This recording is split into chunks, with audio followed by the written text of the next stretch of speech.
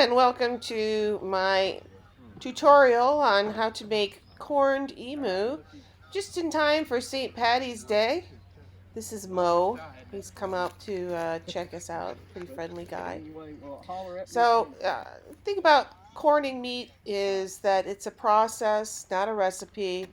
We're going to brine the meat for up 2 weeks, and then we're going to slow cook it in the crock pot. So there's our list of ingredients, and here we go. So these are all the ingredients that we'll have for our brine. We've got 1 cup of pickling salt.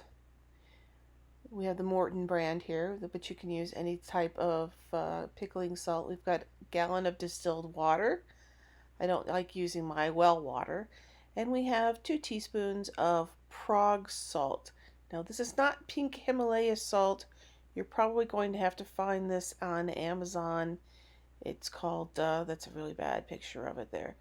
Prague #1 salt. It's a very pink. You don't want to use that in anything else, so I don't put it up with any of my other salt and pepper and seasonings. I'm going to use a big stock pot for this. We want to heat up all the ingredients just to dissolve the salt, and then we are going to let the brine cool down. So here we are going to add our 1 cup of salt to our distilled water and 2 teaspoons of the Prague #1 salt. And then we want to stir, and going to heat this up until the water turns completely clear. That means that all the salts have been dissolved. Now, if you're going to use tap water instead of distilled water, please boil your water first. Don't boil it with the Prague salt, but boil it first. So let's turn our attention to the meat here. This is some emu rump roast. First thing you got to do is, of course, get off all this silver skin. This is an important step. Americans aren't used to actually having to remove silver skin. Most of your beef is already trimmed of silver skin and a lot of the um, gristle that won't cook up. This silver skin, that's just what it sounds like, and it does not break down in the cooking process. It just makes your roast extremely, look at that, yeah, it's very tough stuff. You want to get it off there. Get yourself a good fillet knife and just trim as much of that off of there as you possibly can. Um, Also, the brine does not penetrate that silver skin so well either. So, um, in the brining process, you want it to have as much contact with the actual meat as possible. And you're not going to want to eat this silver skin. So, um, maybe some butchers are going to be a little better at actually trimming this off for you, for your emu supplier. Yeah, gotta get that off of there.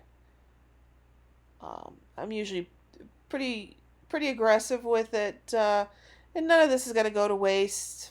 My mom's dog is extremely happy to come over to my house and have some emu trimmings as a treat. I would put it in ground. Some people may say, well, take the fat and grind it up for hamburger. It's going to make some really grisly hamburgers. I really wouldn't do that. Um, just get rid of it, chop it up, feed it to your dog, feed it to your cat. They'll love you. No issues.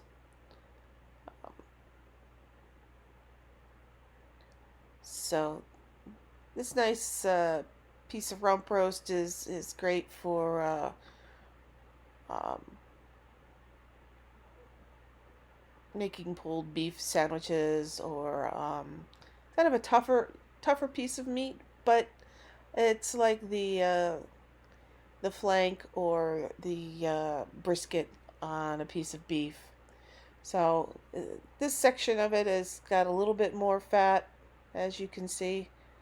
Just cut that section off there. Cut that big glob of fat. Really, you do not want corned emu fat.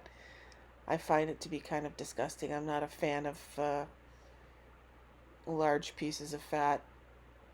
But the dog loves it. He'll be very happy.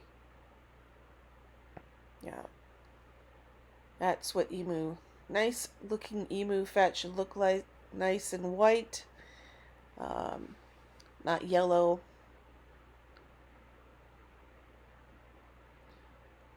And this section is actually pretty thin here, so you really need a good fillet knife to cut all that silver skin off. Now the back side of it, see, that's just one big piece of silver skin on the back of this. Notice I'm just cutting the thin edge off of it there, and then you can see that's good lighting in here where you can really see the reflection. You can get that knife up underneath there and just take that out of there. A lot of prep work. I know it's really worth it. Um, Hopefully I find a good processor that is able to take a little more of the silver skin off. Then it's just that these cuts sometimes can be a little bit thin. There we go. That's perfect. So we're going to put each of these pieces of meat in a separate 1 gallon Ziploc bag. That way the brine has access to all around your piece of meat. And notice that I put it in a nice plastic container to keep it from leaking all over my fridge. It's nice and sealed. And I'm going to go in here every day and just move it around and make sure it's not leaking. Make sure that the brine looks nice and clear. Yeah, it'll have a little bit of blood or so forth, but you don't want it to be cloudy or look like there's weird things growing in it. And it'll look nice in the fridge. Okay, so our emu has been in the fridge for just about 2 weeks. A week is pretty minimal. 10 days is pretty good. 2 weeks is nice. I've done it at 3 days. It's really just not enough to brine it. I would do it for up to 2 weeks, maybe 2.5 weeks. I wouldn't go anything more than that. What you want to look for is make sure that the brine, it's going to be, pinkish. It's going to have some blood in there and so forth, but it shouldn't be cloudy. Shouldn't have strange things growing in it. If it smells bad, if it looks bad, please just throw out the whole lot because you're going to make somebody sick. The Prague salt is really what's giving it the pink color and preventing bacteria growth. But this is a very salty brine. You do not want to reuse this brine. You do not want to cook in this brine.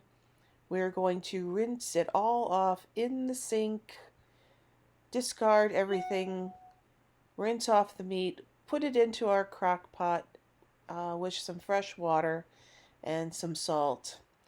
And yeah, I don't have a pressure cooker, but there's crock pot with your meat in there. We're going to put in, it's all drained. I'll put some onion in there. We're going to put some salt in there. Yes, it's been brined, but we do need salt. Some fresh water. Some fennel seeds are always so nice. I don't particularly care for putting potatoes and cabbage in there, but go ahead and try whatever you feel is traditional for you. I tend to cook my potatoes and cabbage on the side. Along with the water and maybe the onion and the fennel seed, I'm also going to add about a quarter cup of vegetable oil. Remember, the emu has very little fat in it. This is going to help keep your emu from drying out. during the cooking process. Well, ladies and gentlemen, it has been 6 hours in the crock pot and it is finished. Let's pull out the first piece here. Look at that, it's just fallen apart. How gorgeous is that? Beautiful pink color. Looks just like corned beef, but it's corned emu. No one would know the difference except to say, wow, this is just the leanest corned beef I've ever had. And I'm going to tell you folks, it's better than corned beef. Look at all lean, beautiful. Oh, is your mouth watering? Because mine is. Really, look at that. Just gorgeous. One more piece, I think, in the crock pot here. Look, you know, fishing out more. Oh, is there another piece in there? Yep. Oh, one more piece. Stick that on the plate. Fabulous. Okay, let's move this all over here just a little bit and plate up some vegetables here on our serving plate so it looks all pretty. There's that brine. Ah, I cooked up some carrots and broccoli. I just think they look pretty together. Not a big fan of potatoes and cabbage, but you could go the traditional route if you want to. Just think that, look at the color combination with this. The orange and the green and that beautiful red corned emu. Just wonderful. Yep. Well, here's everybody having dinner, enjoying our corned emu and fresh homemade bread. And it's nice when you can serve your family a meal and be able to eat everything, especially when you have weird food allergies like I do.